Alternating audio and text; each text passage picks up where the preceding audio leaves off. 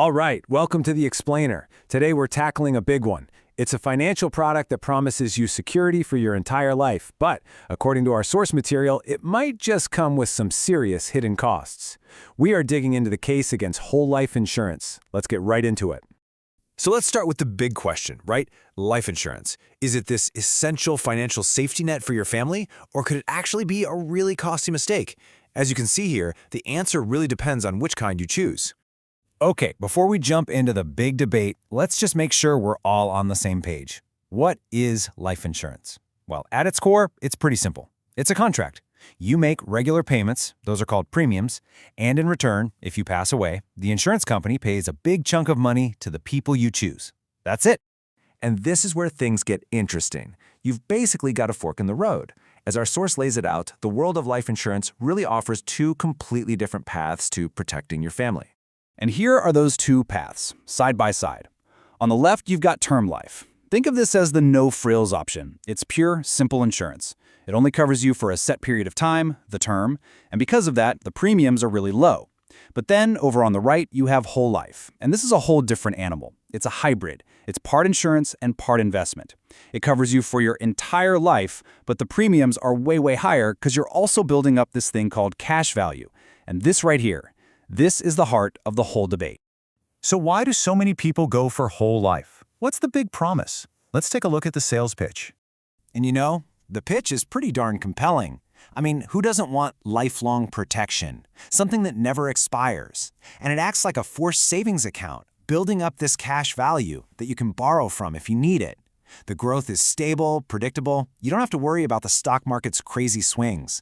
And maybe the best part, the simplicity. Your insurance, your investments, all wrapped up in one neat little package.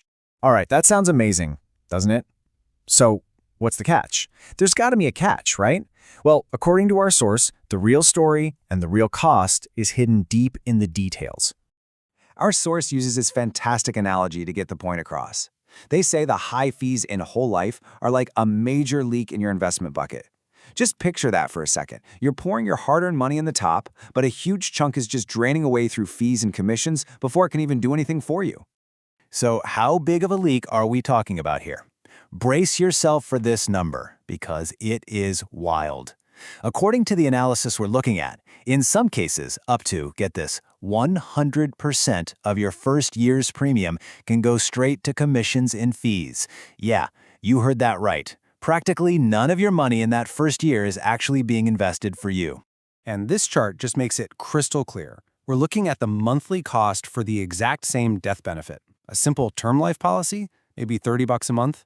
The whole life policy, $200 a month. That extra $170, that's what's supposed to be funding your investment. Okay, so you're paying a lot more for that investment component. It must get great returns, right? Well, not so fast. The source's analysis is pretty blunt about this, saying the returns are often worse than what you could get from just putting your money in a simple, low-cost index fund. Now this is fascinating. Let's actually follow the money in that first year. Look at this pie chart.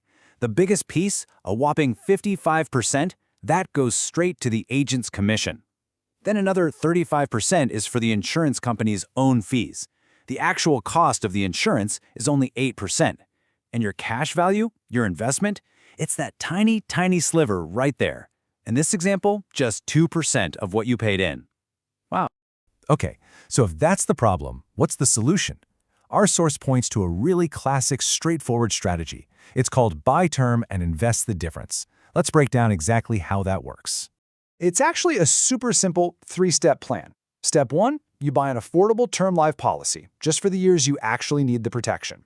Step 2, you figure out how much you're saving every month compared to that expensive whole life policy. And step 3, this is the magic part, you take all that money you're saving and you invest it yourself in something like a low-cost index fund. And this right here, this is the payoff. This is where you see the huge difference these two paths can make over 30 years. With the whole life policy, you could end up with a cash value of about $85,000. Not bad. But with the term plus investing strategy, you could be looking at over $250,000. That is a massive, massive difference, all from investing the savings yourself. So, let's wrap this all up. What's the final verdict from this analysis? What's the bottom line on whole life insurance, according to the source material? Well, the final verdict is pretty clear. The source argues that whole life is just inefficient. It tries to do two things at once, insurance and investing, and it kind of does both of them poorly. It's super expensive because of all those hidden fees and commissions. It's inflexible. Try getting your money out early and you'll face huge penalties. And the simple truth is, a disciplined, separate investment strategy almost always offers way more potential for growth. And all of this really boils down to one final, really powerful question you should ask yourself. Not just about insurance, but about any financial product you're considering. Is this thing designed for my benefit, or is it really designed for the seller's benefit? And according to our source, getting an honest answer to that question, well, that can make all the difference.